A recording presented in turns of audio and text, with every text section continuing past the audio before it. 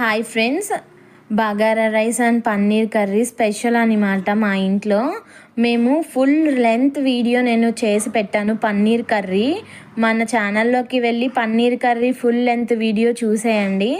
Step to step easy process చేసేసాను, మొత్తం చూపించాను. A to Z ఉందనమాట. మా ఇంట్లో ఆ రోజు పన్నీర్ కర్రీ, రైతా, బిర్యానీ, బగారా రైస్ అనమాట. చాలా బాగుంది, చాలా బాగా కుదిరింది. బిర్యానీ ప్రాసెస్ కూడా నేను అప్లోడ్ చేయబోతున్నాను. సో అవి కూడా చూడండి, లైక్ చేయండి, సబ్స్క్రైబ్ చేయండి. ఎలా ఉంది డాడీ?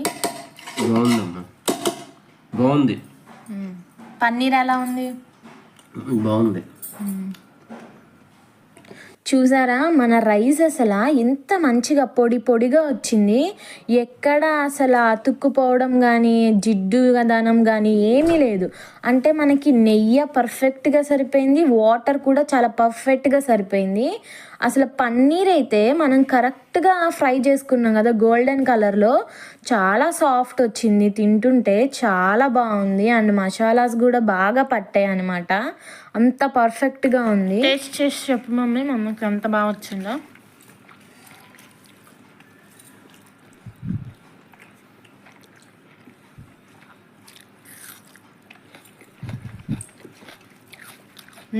ఎలా ఉంది టేస్ట్? సూపర్ ఉంది. నాకైతే పన్నీర్ కర్రీ సూపర్ ఉంది, బగారా రైస్ సూపర్ ఉంది. రైస్ చూసావా మమ్మీ?